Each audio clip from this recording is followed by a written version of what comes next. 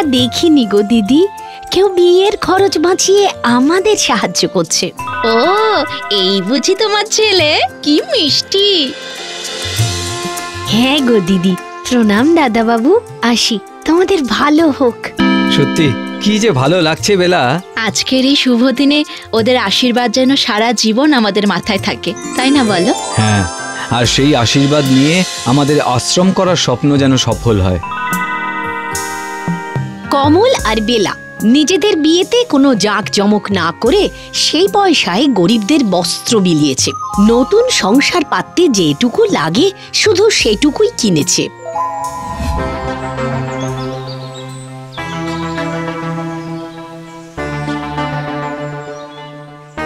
দুটো ভিক্ষে দেবে মা? 2 দিন না খেয়ে আছি। হ্যাঁ গো বুড়িমা, তুমি একটু দাঁড়াও, আমি আসছি।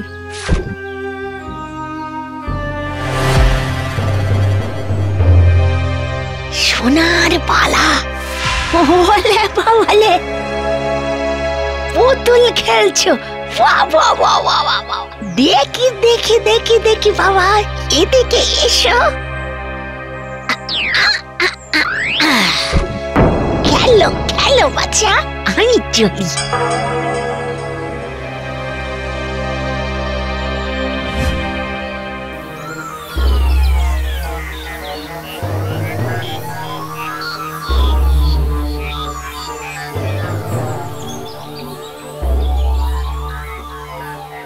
কি তোমরা গুলি খেলছো? বাহ বাহ বাহ বাহ বাহ। আমার কাছে না একটা দারুণ গুলি আছে, নেবে নেবে তোমরা? হ্যাঁ নেব নেব। কিন্তু আমি তো এমনি এমনি দেবো না, আমায় যে কিছু দিতে হবে। কিন্তু আমাদের কাছে যে কিছু নেই, কি দেব তোমাকে? কেন, তোমার ওই গলার হারটা আমায় দাও, তাহলেই হবে। আচ্ছা, এই নাও এই নাও।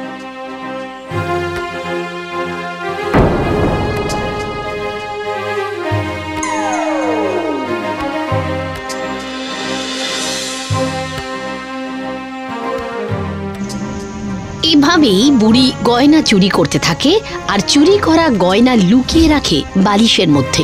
তারপর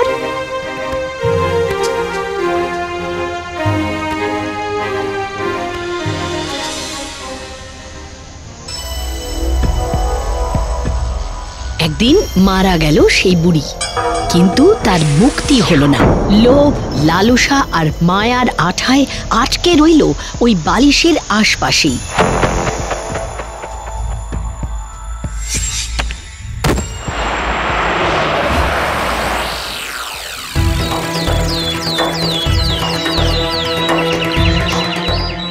এই আস্তে আস্তে নামাও।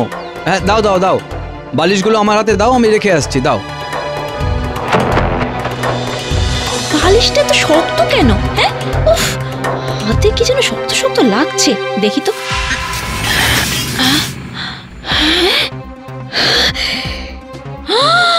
এ তো আলী বাবার গুহা।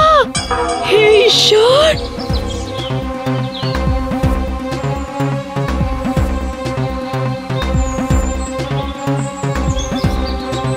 এই দেখো মালা, চুড়ি, এই দেখো সীতাহার, আংটি, জড়োয়া, এই দেখো এই দেখো এই দেখো হিরে, মুক্ত।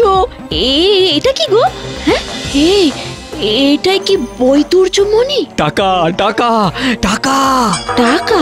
হ্যাঁ হ্যাঁ টাকা, যে টাকার আর এক নাম হচ্ছে সাকসেস।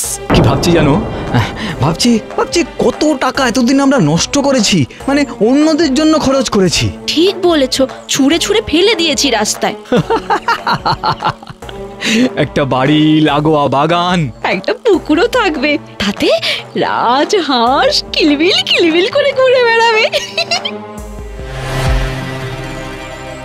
লোভ লোভ, তোদের লোভ জেগেছে, ওই লোভেই আমি মরেছি। জগ হয়ে থাকবে ওই গয়নার আশপাশে, এবার ওই লোভ তোদেরও মারবে। মর মর মর মর।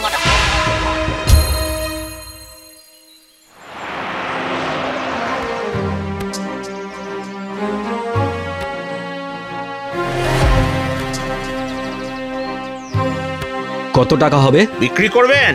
হ্যাঁ নিশ্চয়ই। খাদ কিছু বাদ যাবে, তা ৮০-৮৫ লাখ তো হবেই। ৮০-৮৫? ও, আমি তো ভাবতেই পারছি না। হঠাৎ ছাড়ি মুখ পুরি, মর মর মর, লোভে ডুবে মর। তাহলে গলানোর ব্যবস্থা করি। হ্যাঁ শিওর। জানো বেলা, মনে হচ্ছে সারা পৃথিবীটা এখন আমার। আমার না, আমাদের। এই শুরু হলো। হাতে টাকা এলে আমি ছাড়া আর কেউ থাকে না রে। কিছু বললে? বললাম পৃথিবীটা শুধু তোমার একার নাকি আমারও? আরে না না, মানে আমার মানেই তো তোমারই না, মানে তুমি তো আমার ছায়া, তাই না বেলা? দেখ মেয়ে দেখ, তুই আর সঙ্গী নয়, সাথীও নয়, মানুষও নয়, ছায়া। কিছু বললে? কই না তো। মনে হলো যেন কিছু শুনলাম। যাক, একটা টোটো ডাকো তো। দিদি দিদি, ও দিদি, কিছু পয়সা দাও না, খাবো। আমার মাটা মরে গেছে পরশু, সেই থেকে আমি কিছুই খাইনি। ও দিদি দিদি, উফ, সর সর সর, এখান থেকে সর। দাও না দিদি। মা বলতো তুমি নাকি খুব ভালো, গরিবদের জন্য তোমার খুব মায়া দয়া। ও দিদি দাও না দিদি, একটু খাবো। বেলা চলো।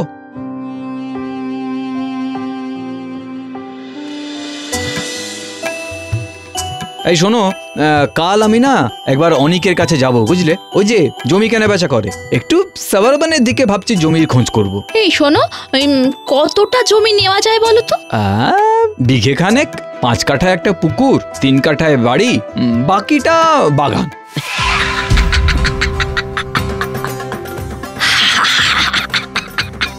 হ্যাঁ, এই কেউ কি হাসলো? আমারও মনে হলো জানো। মর মর মর। কেউ কিছু বললো মনে হচ্ছে। আমারও মনে হলো কেউ কিছু বললো।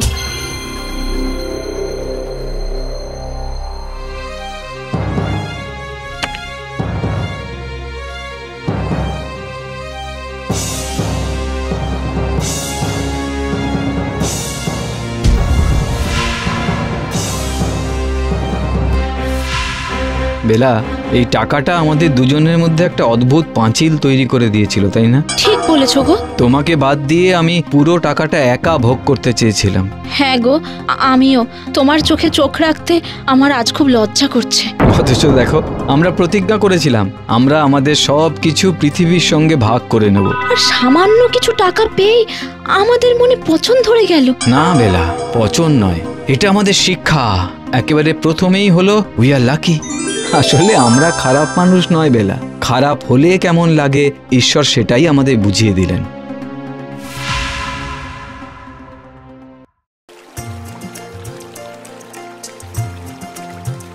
দিদি দিদি, এই দেখো আমার নতুন জামা, আর এটা আমার নতুন বই।